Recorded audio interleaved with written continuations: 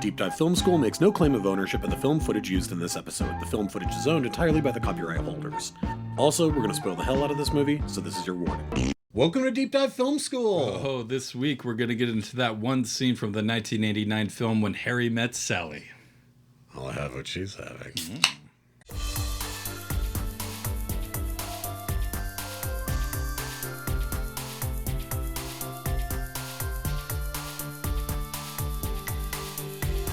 All right, everybody, I am Adam Sherlock. And I'm Adam Pulcher. And if you like what you see /hear, please like and subscribe. You can find us in all the spaces and places that people find good media. That's correct. Follow us on all our platforms. YouTube is a huge one for us. TikTok, Instagram. And you know what I did this week? I joined Letterboxd. Oh, so my God. you can look me up under my name, Adam Pulcher, Letterboxd. That's so lovely. If you want to follow me there. Too. It's pretty fun. Yeah. I'm starting to get into it. Okay. But okay. Yeah, you would like it. Yes. Every other week we do these one scene That's analyses, and this one was your choice. Let's talk about this.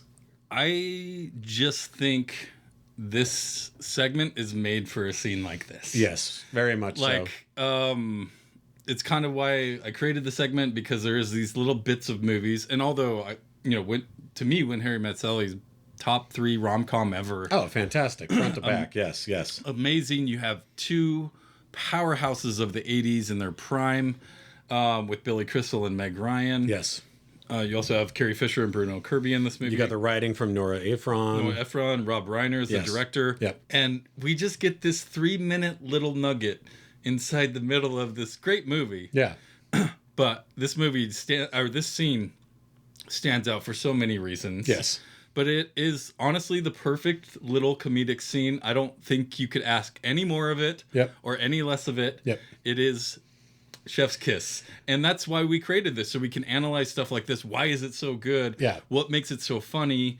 But I know you love this movie too. Yeah. Like, give me your impressions, obviously. Well, I think that for me, again, to your point of like what makes this scene work in this particular way, obviously there is the larger concept, which is what this movie is about, which is, can men and women actually be friends with each other without the sexual tension, without trying to sleep together?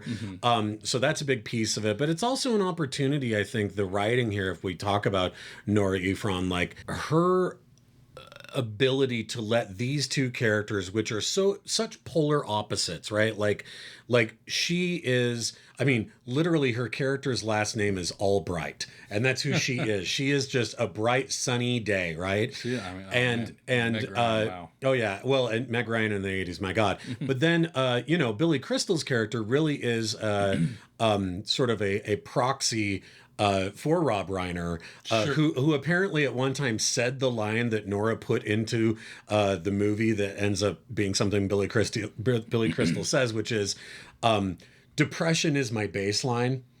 Right? Like depression is the white of my palette, right? It is, everything is either painted on top of it and I go above it or a little bit below it. And so you think about the yin and yang of those two characters.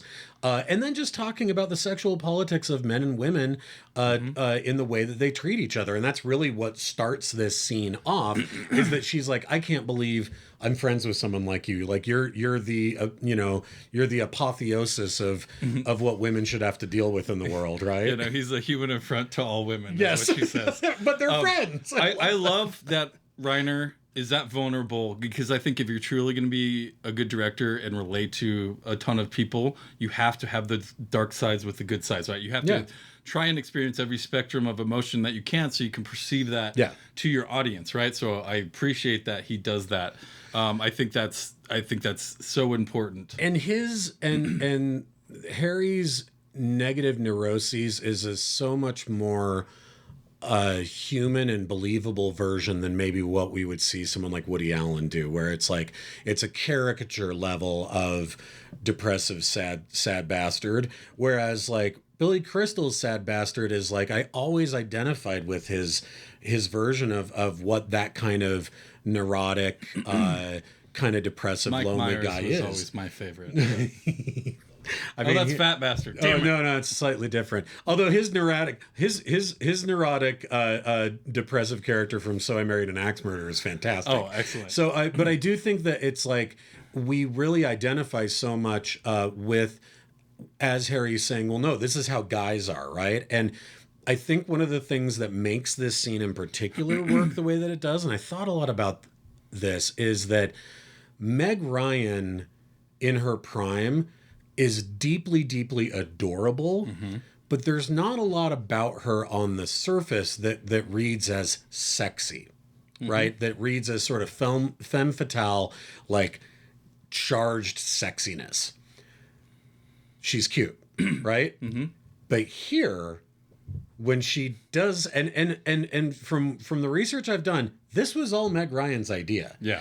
The original scene, the famous line was Billy Crystal's idea. yes, but the why don't I act it out? Yeah. Right. Originally, they were just doing a tete-a-tete back and forth about orgasms, real or fake, and apparently, like they were like, the dialogue's really good, but when Meg Ryan read the dialogue for the scene, she was like, this isn't really the way that Sally would do this. Like, what Sally would do in this moment to prove her point is she'd embarrass Harry, right, in this public place. And so, like, you know, Rob Reiner was like, well, let's see you do it. And apparently she did it like 20 some odd times. Oh man, I didn't even think about the amount of takes. She did about 20 takes. And of course, you got to love Billy Crystal. He said, yeah, you know, she was doing that, and on the other side, I ate 27 pastrami sandwiches. Well, yeah, which is like, I love that line. This is famously shot in Cat's Deli, that's on Houston Street in New York City. I've been there. Yeah, they have an arrow pointing to her chair, don't they? No. So what it is on the table at which the scene was filmed is now has a plaque on it that reads, "When Harry met Sally, hope you had what she had."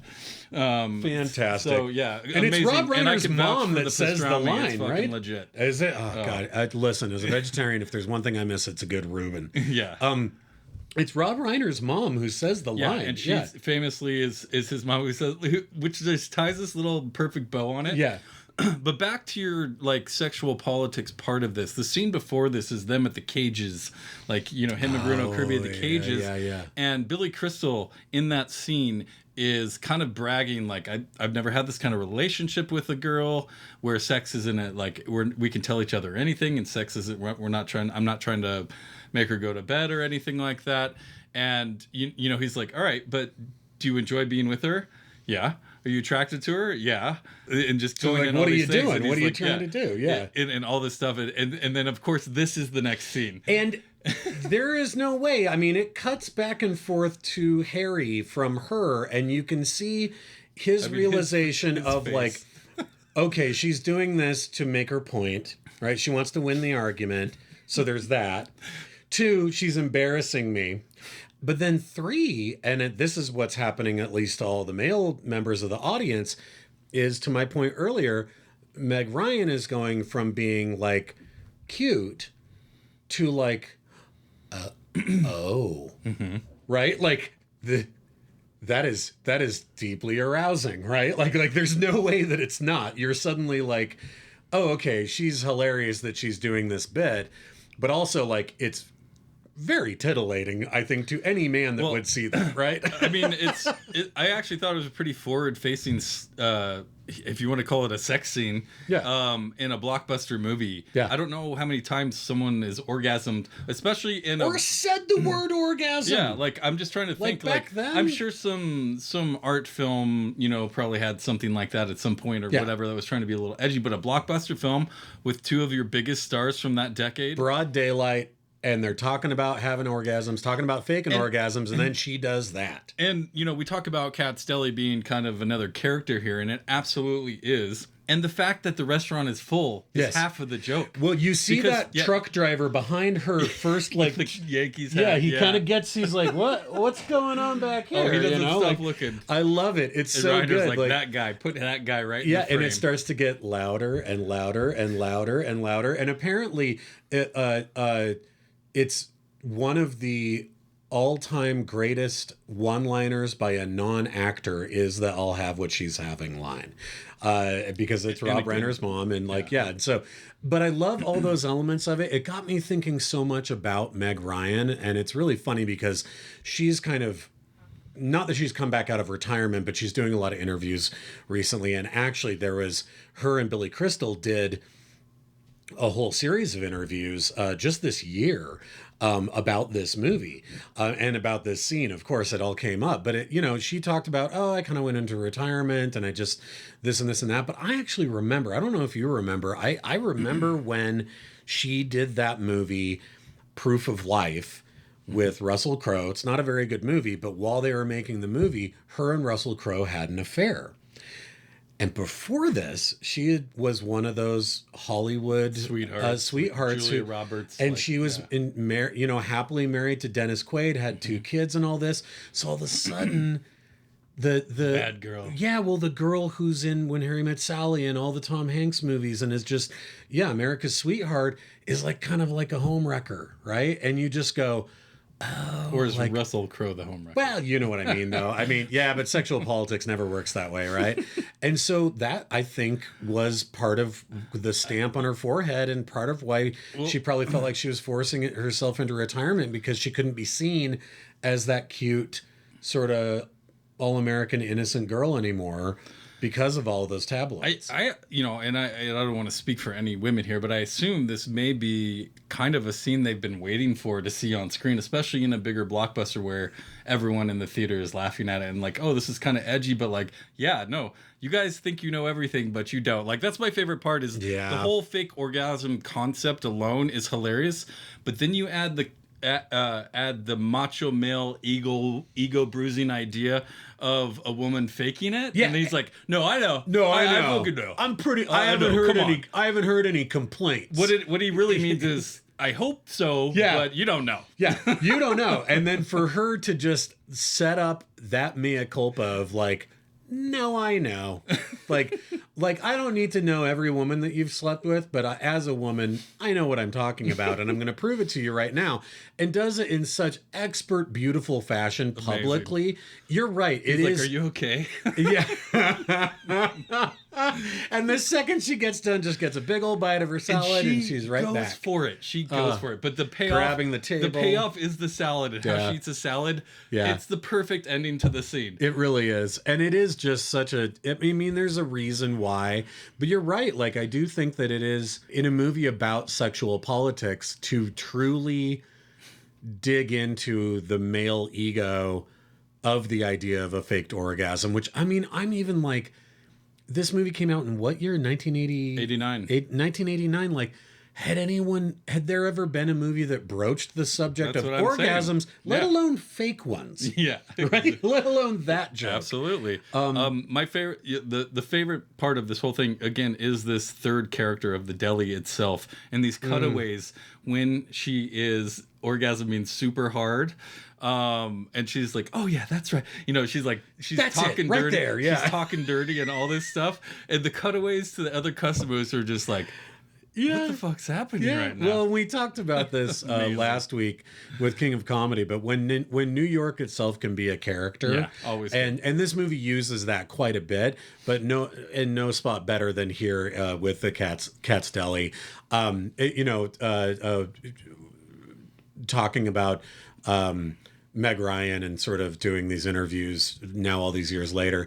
They also interviewed her son, who is Jack Quaid. Maybe that's it, but yeah, it's their son. Yes. And he's like, I know where the deli is, and I've like wanted to eat there and avoided eating there because I'm like, that's where my mom had an orgasm. That's good. And he's like, funny. And I waited for decades to watch the movie because I was like, I don't need to see that. And then like in doing research for a rom-com he's like, well, I better watch When Harry Met Sally. And he's like, and now I can safely say it's more than just the movie where my mom has a public orgasm. And he's like, but that scene's still pretty hard for me to reckon with because that's my mom. I get it. And I totally get it. But it's just funny to be like, oh yeah, your mom is the one who's famous for on film doing a public orgasm. Yeah, sorry, Nepo baby. It's okay. That's what you're gonna have to fucking deal with it. All right. Thank you, everyone. Yes. Again, this scene is made for this segment. So I was when I watch it, and I've seen it 1,000 times, I was so excited to talk about it because there's so much good stuff going on. It is perfectly crafted. Yes. Hilarious. And I love that it was made up in the moment. That makes it even better. Completely. But go ahead and join us Like and subscribe if you like what you see/share. We're on Instagram, YouTube, TikTok, anywhere you get your podcasts. Subscribe in any of those places that you like to. And we'll see you next week. We're going to continue our stand-up festival with The Big Sick. Bye, you guys. Thanks, everyone.